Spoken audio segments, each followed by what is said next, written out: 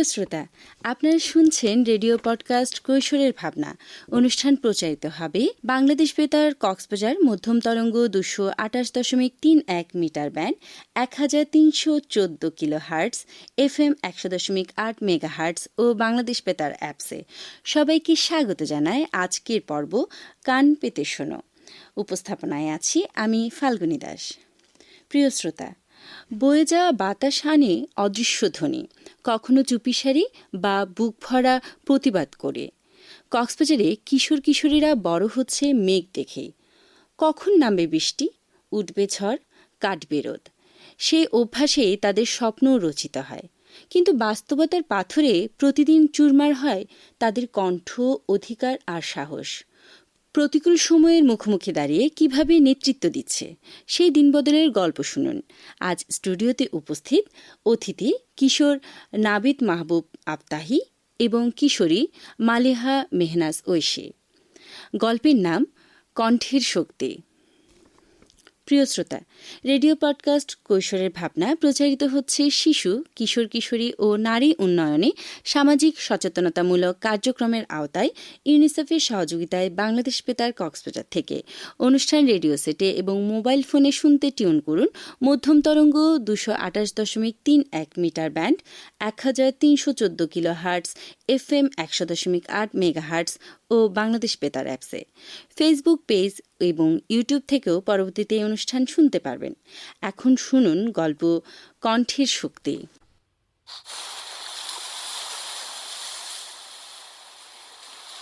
কক্সবাজার জেলার পাহাড়ের কোল ঘেঁষে গড়া কাঁচা রাস্তা, পাশে সমুদ্র ও বয়ে চলা নদী, দূরে সাগরের ঢেউয়ের মৃদু গর্জন, আর মাঝে মাঝে মোবাইলের এক ফোঁটা নেটওয়ার্কের মাঝে শুধু বন্ধ থাকে লাইব্রেরির দরজা। এখানে জীবন চলে ধানক্ষেতের গান আর জেলেদের নৌকার ছন্দে। কক্সবাজারের সমুদ্রের ঢেউয়ের ভাঙচুরের মধ্যে ঝাউবনের ছায়ায় নোনা জলের গন্ধ মেখে জন্ম নিয়েছিল কিছু দুঃসাহসী কণ্ঠ, মানে রিফাত, ফারিয়া, তানহা, লাবিব আরও অনেক নামহীন মুখ চেনা কিশোর কিশোরী, যারা ছিন্ন ভিন্ন বাস্তবতার মাঝেও বুক ভরে স্বপ্ন দেখে। কেউ ছিল জেলেপাড়ার সন্তান, কেউ রোহিঙ্গা ক্যাম্পের কাঁচ ঘেঁষা গ্রাম থেকে আসা, ছিল পর্যটক শহরের স্কুল ছাত্র। সকলের বয়স ছিল 12 থেকে 18 বছরের মধ্যে। তাদের শুরুটা খুবই সাধারণ ছিল। ছোট লাইব্রেরির বন্ধ দরজা খুলে গড়ে তোলে বাঁশের ছাউনি দেওয়া প্রতিষ্ঠান। ছেঁড়া পাটের রশিতে বাঁধা বইগুলো নিয়ে তারা শিশুদের শেখাতে শুরু করে নিজের ভাষা, অধিকার, নতুন পৃথিবী। কিন্তু তখনও সমাজ হাসে, পরিবার উপহাস করে, বই পড়লে কি পেট ভরবে? সমুদ্র ধুয়ে নেবে তোমাদের সাহস। তারপর নিজেদের টাকায় তৈরি করেছে সমুদ্র বই ঘর, একটি ছোট ঘরের ভেতর 2000 বই, যার বেশিরভাগই পুরনো, দানকৃত কিংবা বইমেলা থেকে সংগ্রহ করা। রিফাতের সকাল শুরু হয় চায়ের দোকানে কাপ মুছতে মুছতে, আর রাত ফুরায় পুরনো বইয়ের গন্ধে। সে জানে অভাব মানেই অন্ধকার নয়, যদি চোখে থাকে আলো খোঁজার আগ্রহ। সে একদিন বিদেশি পর্যটকের ফেলে দেয়া বই কুড়িয়ে পায়, দ্য আলকেমিস্ট। ইংরেজি বুঝতো না, কিন্তু তার ভেতরে কিছু জেগে উঠে। সে একে একে পুরনো বই সংগ্রহ শুরু করে। পর্যটকদের কাছে গিয়ে বিনয়ের সঙ্গে জিজ্ঞেস করে, আপনার বইটা থাকলে দিতে পারেন? সমুদ্র বই ঘরে কেবল বই পড়া হয় না, আলোচনা হয়, কবিতা লেখা হয়, কেউ কেউ পৃষ্ঠা উল্টিয়ে নিজের কল্পনাও খোঁজে। বিকেল হলেই সেখানে বসে গল্প পাঠ, কবিতা আবৃত্তি, গান। নিজেদের সুপ্ত প্রতিভা ফুটতে থাকে এক এক করে। দিন গড়িয়ে যায়, বন্ধুদের সংখ্যা কমে স্কুলে। জানতে পারে ফারিয়ার প্রথম মাসিক হয়েছিল বাজারে যাওয়ার দিন। ভয়ে রক্তাক্ত অবস্থায় কাপড় ফেলে নিজেকে ঘরে লুকিয়ে রাখে 3 দিন। মা চুপ করেছিল, বোন ভয় দেখিয়েছিল, আর প্রতিবেশীরা বলেছিল এই বয়সে এইসব বলাও পাপ। ফারিয়া চুপ থাকেনি। সে চেয়েছিল এই লজ্জা যেন অন্য কেউ না পায়। সে স্থানীয় প্রতিষ্ঠান থেকে প্রশিক্ষণ নেয় কাপড় দিয়ে পুনর্ব্যবহারযোগ্য ন্যাপকিন বানানোর। আজ তার তৈরি করা লাল রঙের স্যানিটারি ন্যাপকিন গ্রামের মেয়েদের মধ্যে স্বল্প মূল্যে বিক্রি করে। শুধু তাই নয়, সে মাসিক স্বাস্থ্য বিষয়ে খোলামেলা ক্লাস নেয়। মায়েদেরও বলে, আপনার মেয়েটার পাশে থাকুন, লজ্জা না পেয়ে যত্ন নিন। কেউ বলে, তুমি আমাদের মেয়েদের নতুন জীবন দিয়েছ। একদিন স্কুলের সামনে সবার হাতে ছিল লেখা পোস্টার, আমাদের কণ্ঠকে থামিয়ে দিও না, আমরাই ভবিষ্যৎ। তারা সংগঠিত হয়, প্রতিবাদ চালায় শিশুশ্রমের বিরুদ্ধে, মেয়ে শিক্ষার পক্ষে, পরিবেশের ভারসাম্য রক্ষায়। সমুদ্রের কোল থেকে তুলে আনে প্লাস্টিক আর ফিরিয়ে দেয় শিশুদের হারিয়ে যাওয়া স্কুলে। শুরু হয় এক নতুন আন্দোলন, যেখানে নেতৃত্ব দেয় সেই কিশোর কিশোরীরাই, যাদের এতদিন বলা হতো তোমরা কেবলই শ্রোতা। প্রথম কর্মসূচি হয় পানি সংকট নিয়ে, শুরু হয় মেয়েদের স্কুলে রাখো স্লোগান। এরপর চোখ পড়ে সৈকতের দিকে। তারা জানে এই সমুদ্র তার বন্ধু, আবার শত্রুও। যখন প্লাস্টিকে ঢেকে যায় বালুচর, পর্যটকেরা পেছনে ফেলে যায় বোতল, পলিথিন, চিপসের খালি প্যাকেট, তখন সমুদ্র যেন হাঁসফাঁস করে। তারা সৈকত নিজেরাই পরিষ্কারে নামে। এখন প্রতি শুক্রবার তারা 30 থেকে 40 কেজি ময়লা তোলে। এভাবেই শুরু হয় সবুজ সৈকত অভিযান। এই নীরবতা, দম বন্ধ বাতাস একদিন কেঁদে উঠবে। তখন সবাইকে কান পেতে শুনতে হবে আমাদের কথা। নিভে যাওয়া প্রদীপের নিচে কখনো কখনো আলো লুকিয়ে থাকে। এই আগুন নিভে গেলে আমরাই জ্বালাবো। তারা যখন কক্সবাজার জেলা প্রশাসকের সভাকক্ষে দাঁড়িয়ে নিজেরা বলেছিল, আমরা কিশোর কিশোরী, কিন্তু আমাদের কণ্ঠস্বর দুর্বল নয়। আমরা ভবিষ্যতের অপেক্ষা করি না, ভবিষ্যৎ গড়ি। কান পেতে শোনো, সময় আমাদের ডাকছে। তারুণ্য কি ভাঙে এত সহজে? আমরা যদি এখন চুপ থাকি, কালকে আর কেউ কথা বলবে না। সেদিন শহরের মানুষ কান পেতে শুনেছিল সেই সাহসের চিৎকার, যেটা ছিল সংহতির, সম্ভাবনার। আজ তারা শুধু শিশু বা কিশোর নয়, তারা কক্সবাজারের বুকে জন্ম নেওয়া এক নির্ভীক ইতিহাস। তারা বলে, আমরা চাকরি চাই না, সুযোগ চাই। আমাদের বই ফেরাও, আমাদের স্কুল ফেরাও। মেয়েরা পড়বে, ছেলেরা গড়বে। আমাদের কান পেতে শোনো, কারণ এই পৃথিবী শুধু বড়দের না, আমাদেরও। পাহাড় আর সাগর ঘেরা এক জনপদ টেকনাফ। সীমান্ত ঘেঁষা এই এলাকায় শৈশব ও কৈশোর মানে ঝুঁকি, অভাব আর অসমাপ্ত স্বপ্নের গল্প। অনেকেই স্কুল ছেড়ে দেয় রিক্সা চালাতে, কেউ চলে যায় নাফ নদী পেরিয়ে ভালো জীবনের খোঁজে। আবার অনেকেই হারিয়ে যায়। মেয়েদের উপর থাকে বাল্যবিবাহের চাপ।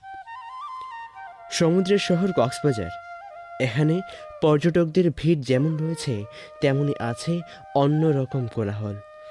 সমুদ্রের গর্জন আর এই শহরের রৌদ্রদীপ্ত বালুকা বেলায় দাঁড়িয়ে আজ একদল কিশোর কিশোরীর স্বপ্ন বুনছে, শুধু নিজেদের জন্য নয়, সমগ্র সমাজের জন্য। নতুন প্রজন্মের শক্তি শুধু বইয়ের পাতায় মুখ গুজে থাকা নয়। তারা বুঝেছে সত্যিকারের শিক্ষা মানে হলো পরিবর্তন আনা, অন্যায়ের বিরুদ্ধে দাঁড়ানো, নিঃস্বের পাশে থাকা। মেঘে ঢাকা বিকেলে বাতাস চুপচাপ, নিঃশব্দ।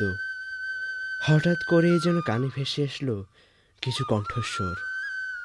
কান পেতে শোনো, সময় বদলে গেছে। এই শব্দটির মধ্যে যেন লুকিয়ে ছিল শত সহস্র তরুণের হৃদস্পন্দন, এক আহ্বান জেগে ওঠার, ভাবনার বদলের। এখানে সূর্য ওঠে সময় মতো, কিন্তু সময় যেন কেবল পায়ের ঘুঙুর বাজিয়ে চারপাশে নাচে, কেউ তা শোনে না। নদীর এক প্রান্তে বসে থাকা কিশোর কিশোরীদের দলটি হঠাৎ থমকে যায়। প্রতিবাদের মিছিলে হঠাৎ লাঠি পড়ে লাবিবের মাথায়। রক্ত মিশে যায় প্রতিবাদের লাল পতাকা। সবাই থমকে যায়। এ কি শেষ? না, এখানেই তো শুরু। আমাদের মতো ছেলেমেয়েরা নাকি মানুষ হয় না। মানুষ হওয়ার অধিকারও কি কপালে লিখে আসে? তারা গান গায়, আমরা মুখ খুলেছি, এখন তোমরা কানে শোনো। অনেক আগে পাহাড় ধসে মারা গিয়েছিল লাবিবের ছোট ভাই। সে রাতের অন্ধকার আজ তার স্বপ্নে ফিরে আসে। কাদা মাটির গন্ধে গুলিয়ে যায় সব শব্দ। সেদিন তার মনে হয়েছিল, আমরা কি কেবল বেঁচে থাকব, নাকি বাঁচার মতো কিছু করব। কয়েক মাস পর লাবিব যখন আশ্রয় কেন্দ্রে শিশুদের নিয়ে অক্ষর চিনতে শেখাচ্ছিল, তখন একজন বৃদ্ধ বলেছিল, তুই তো শিক্ষক হয়ে গেছস। 3 বছর পর সে সত্যিই একজন মাটির ঘরের শিক্ষক হয়ে ওঠে, যার ক্লাসরুমে নেই কোনো চেয়ার টেবিল, প্রজেক্টর বা হোয়াইট বোর্ড। তবু আছে আশ্চর্য আগ্রহ। তার শিক্ষার্থীদের মধ্যে কেউ ফুটপাতে ভাজা চানাচুর বিক্রি করে, মায়ের সঙ্গে কাগজ কোড়ায়, কেউ আবার দিনে স্কুলে পড়ে আর রাতে হোটেলে বাসন মাজে। লাবিব জানে এদের অনেকেই উচ্চশিক্ষায় যাবে না, কিন্তু তারা যে অবহেলিত বা অযোগ্য নয় এই সত্যটুকু জানুক। স্কুলে ফেরার ইচ্ছা থাকলেও অভাব আর দায়িত্ব লাবিবের ঘাড়ে। তাকে দোকানে কাজ করতে পাঠানো হয়েছে সংসারের অভাবে।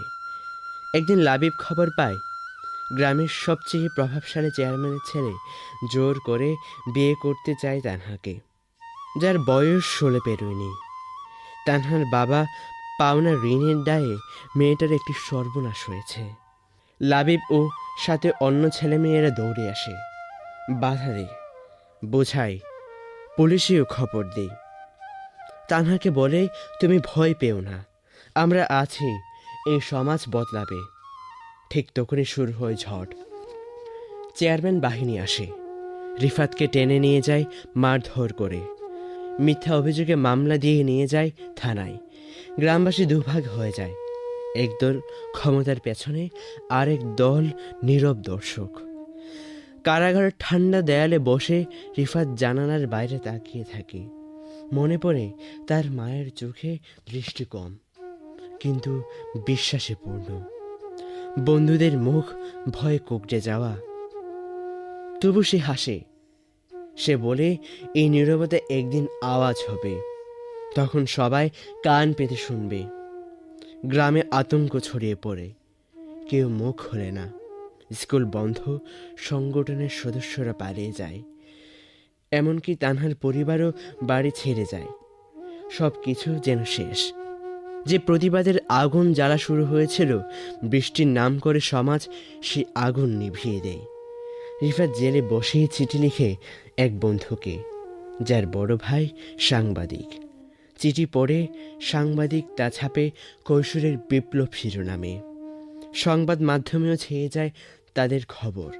ঢাকা থেকে মানবাধিকার সংগঠন আসে, খবর পৌঁছায় টেলিভিশনে। ছাত্র সংগঠন, মা বাবা শিক্ষক রাস্তায় নামে। আন্দোলনের ঢেউ গ্রামে এসে আছড়ে পড়ে। অবশেষে লাবিব মুক্তি পায়। সে ফিরে আসে ঘরে, কিন্তু মনের ভেতরে আগুন আবারও জ্বলে ওঠে। তারা গড়ে তোলে একটি ছোট দল, তারুণ্যের কণ্ঠ। তাদের লক্ষ্য স্কুল ছুট, কিশোরীদের ফেরানো, মাদকের বিরুদ্ধে সচেতনতা, শিশুদের শেখানো ডিজিটাল শিক্ষা। তাদের কাজ দেখে স্থানীয় শিক্ষক বলেন, তোমরা শুধু নেতৃত্ব দাও, আমরা পাশে আছি। সবাই ভাবে পরিবর্তন সরকারের কাজ, আমরা বলি পরিবর্তন আমাদের হাতে।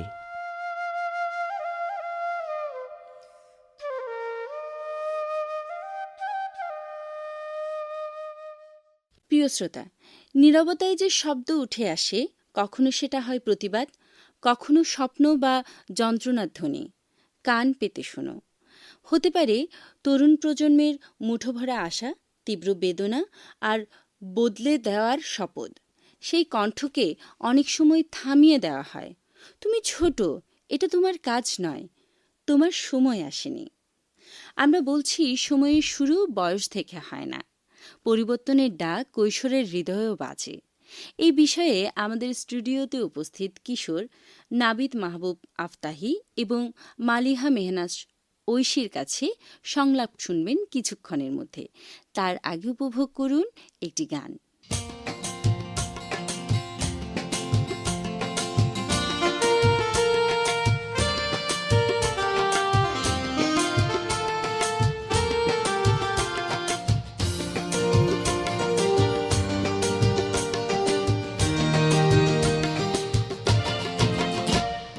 শিশুরা ফুল, শিশুরা আলো, তাদের ভবিষ্যৎ হবে না কালো।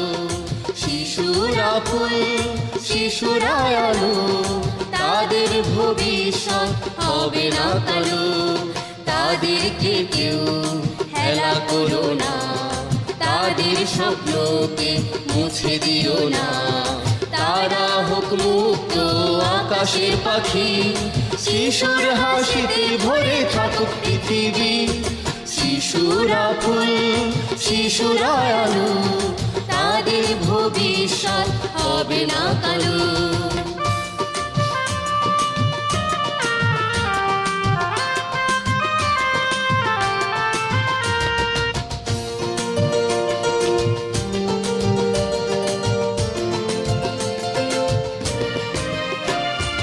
তাদের শিক্ষা, তাদের জীবন সুরক্ষিত থাকুক প্রতিটি স্বপন, তারা বেড়ে উঠুক ভালোবাসায়।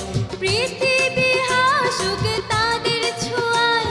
শিশুরা ফুল, শিশুরা আলো, তাদের ভবিষ্যৎ হবে না কালো।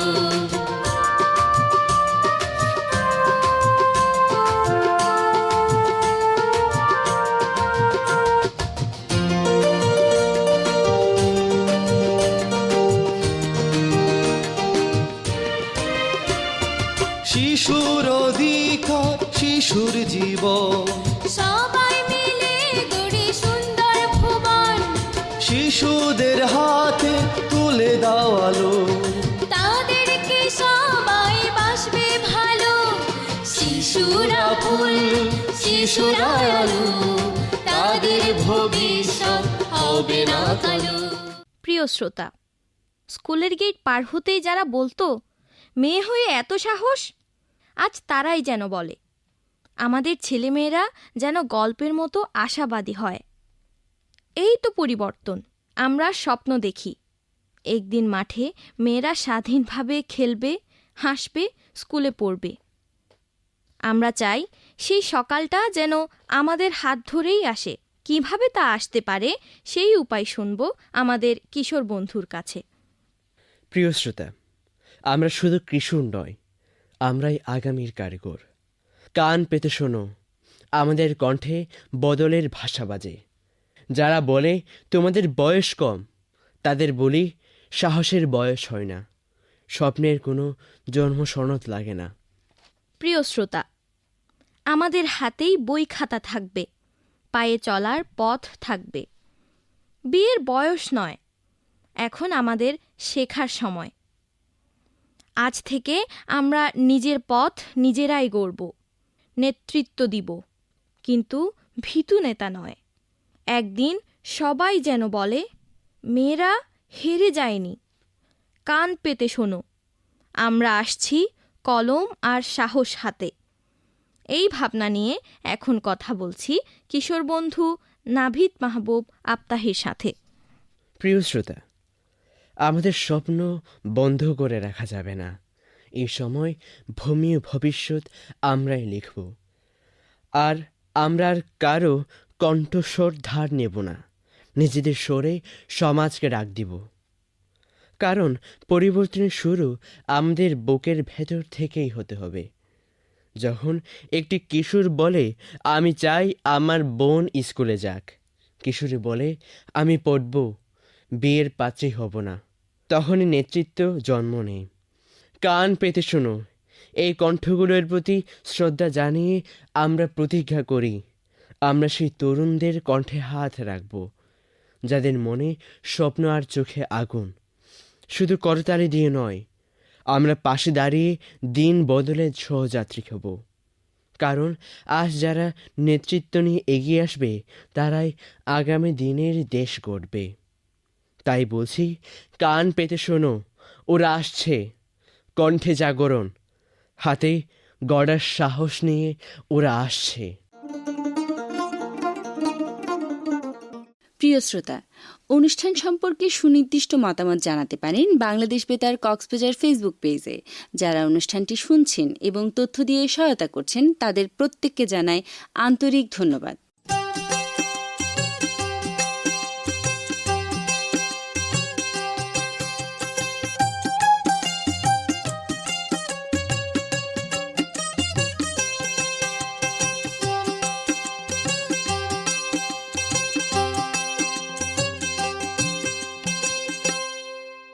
প্রিয় শ্রোতা, নিরাপদ হোক শৈশব ও কৈশোরের জীবন।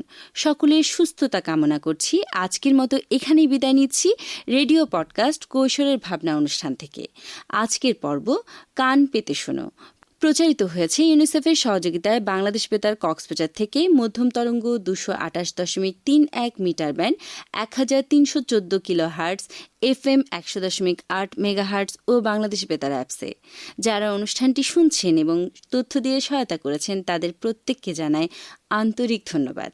পরবর্তী পর্ব নতুন কোনো বিষয়ে শোনার আমন্ত্রণ রইল।